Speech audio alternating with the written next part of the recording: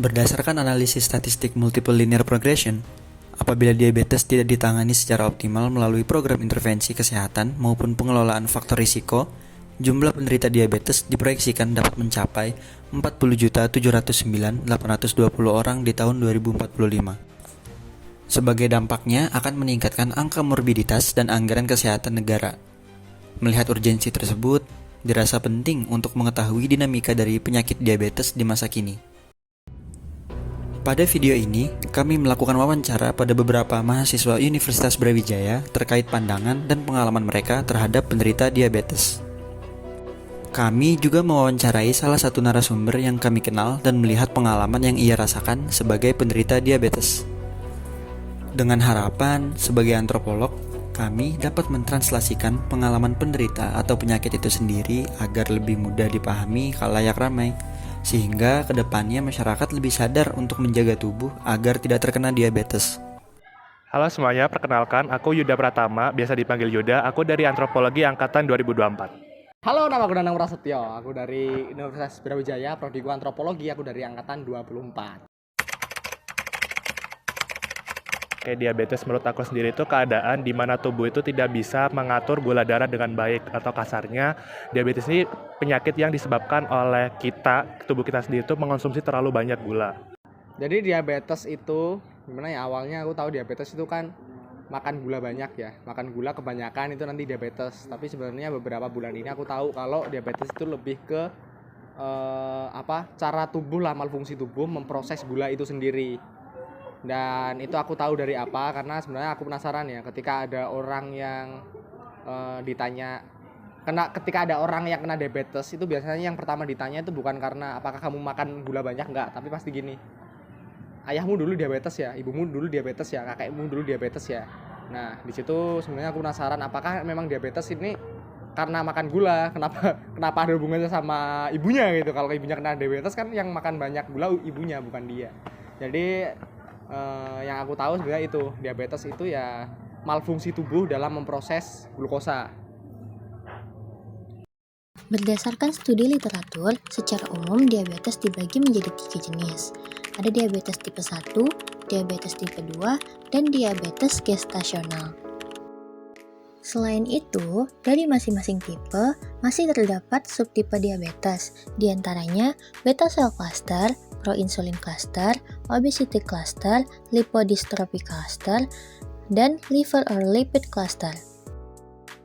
Dari sini, kita ada gambaran nih kalau penyakit diabetes tuh bukan hanya dari gula saja seperti yang dijelasin oleh teman-teman. Kebanyakan teman-teman menguraikan penyakit diabetes cuma dari proinsulin cluster atau beta cell cluster, yang mana itu berhubungan langsung dengan gula. Tetapi, pendekatan baru dari antropologi kesehatan dalam melihat diabetes ada istilah disaggregating diabetes through subtyping, yang mana mengajak kita melihat lebih bahwa penyakit diabetes itu juga bisa disebabkan oleh hal lain, seperti obesitas, stres, dan masih banyak lagi.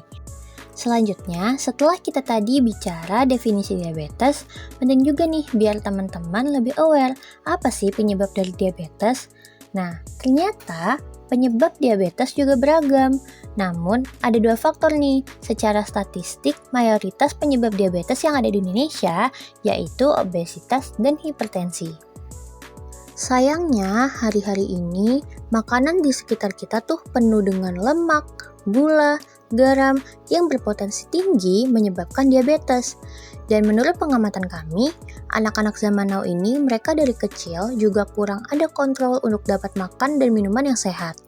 Sangat disayangkan bukan jika masa depan anak-anak Indonesia yang akan menjadi bonus demografi di 2045 ini harus terancam produktivitasnya karena konsumsi makanan dan minuman yang tidak sehat. Salah satu contoh dari munculnya diabetes di usia dini yaitu teman kami yang mana ia telah menderita diabetes sejak umur 7 tahun. Oke, ini nama panjangnya Mika Rangga Bramastya A. Hanya nggak usah dibahas soalnya, yuk, nggak usah. Oke, jadi untuk sebenarnya tak skip ke langsung diagnosanya aja soalnya ketahuannya itu aku udah nggak ingat. Tapi kalau diagnosanya itu aku tahu waktu umur 7 tahun. Itu disebabkan waktu itu aku kena cantengan. Kalau kalian tahu itu kukunya masuk ke dalam daging jari. Nah, di situ kok udah berapa bulan nggak sembuh-sembuh. Terus dibawa ke rumah sakit, dicek gulanya. Ternyata waktu itu gulanya yo, tinggi lah, bisa dibilang hampir sekitar 450-an lah waktu itu. Jadi sejak ketahuan itu tuh dokter udah langsung dikasih vonis bahwa saya kena diabetes. Jadi mulai sejak itu sudah banyak yang berubah baik dari segi diet, makan dan ada obat tambahan lah gitu. Kalau gampangnya aku tuh diabetes tipe 2. Jadi beda sama yang kayak sering ditonton di film gitu atau di YouTube itu yang aku ya nggak pakai suntik-suntik itu.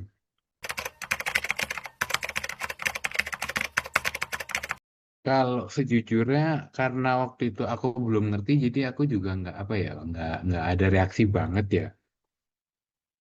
Jadi aku nggak ingat reaksi orang tua aku gimana, tapi bisa di apa ya, bisa diasumsi mereka shock ya.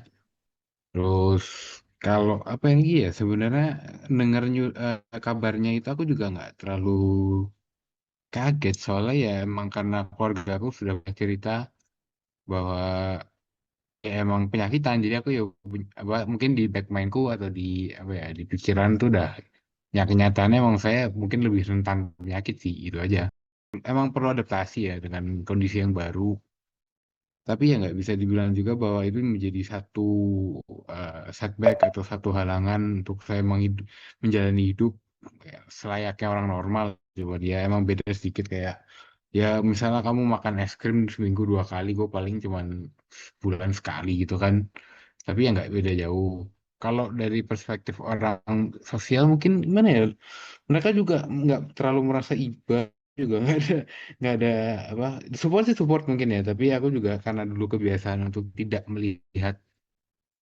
keluar atau sorry bukan keluar tidak mengharapkan apa dari orang sekitar jadi ya aku nggak tahu notice sih gitu gituan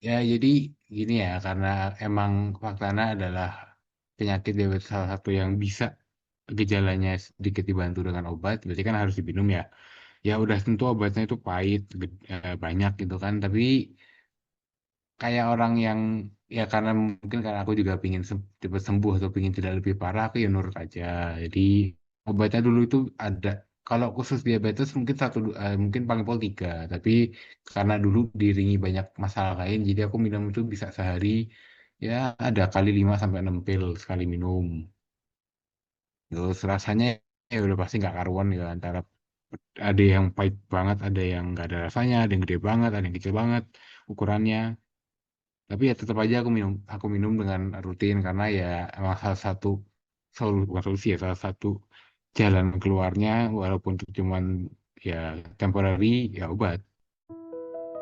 Dalam kehidupan bermasyarakat, tidak menutup kemungkinan akan selalu ada sangkut paut terhadap mitos-mitos, tak terkecuali penyakit diabetes. Oleh karena itu, mari kita dengarkan beberapa di antaranya. Kalau yang sering kena diabetes itu sebenarnya orang tua, maka orang tua itu yang sebenarnya takut mereka untuk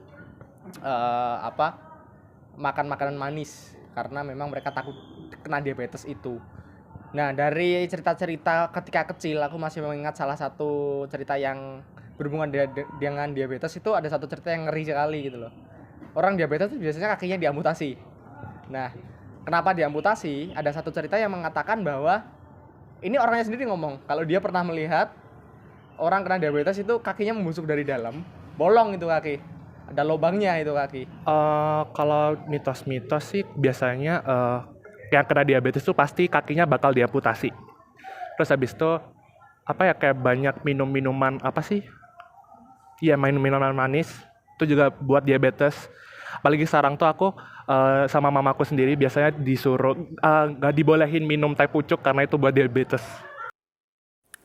Nah, dari beberapa mitos tadi, kita bisa lihat bahwa semua punya satu kesamaan. Mereka menjelaskan penyakit dengan cara-cara yang masuk akal secara biologis. Walaupun kadang kurang tepat, tapi inilah yang dimaksud dengan sistem medis naturalistik dalam antropologi kesehatan. Penyakit dianggap berasal dari faktor alamiah seperti makanan, genetik, dan kerusakan organ. Setelah kita ngobrol panjang soal diabetes, Mulai dari jenis-jenisnya, penyebabnya, sampai cerita nyata kayak yang dialamin Rangga, kita bisa ngerti satu hal penting, bahwa penyakit itu nggak pernah berdiri sendiri. Bukan cuma soal fisik atau medis aja, tapi juga dibentuk dari pengalaman hidup, budaya, dan cara lingkungan memperlakukan kita. Inilah yang disebut sebagai local biologist.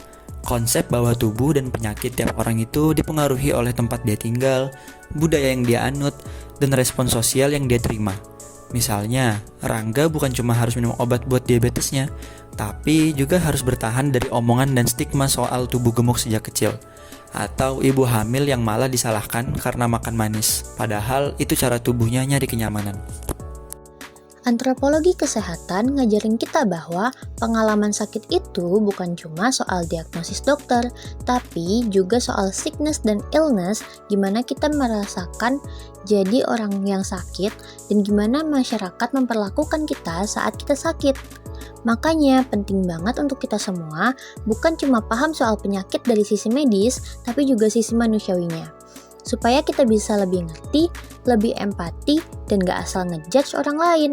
Karena kadang yang bikin penyakit makin berat bukan cuma gula atau lemak, tapi juga komentar dan perlakuan dari sekitar kita.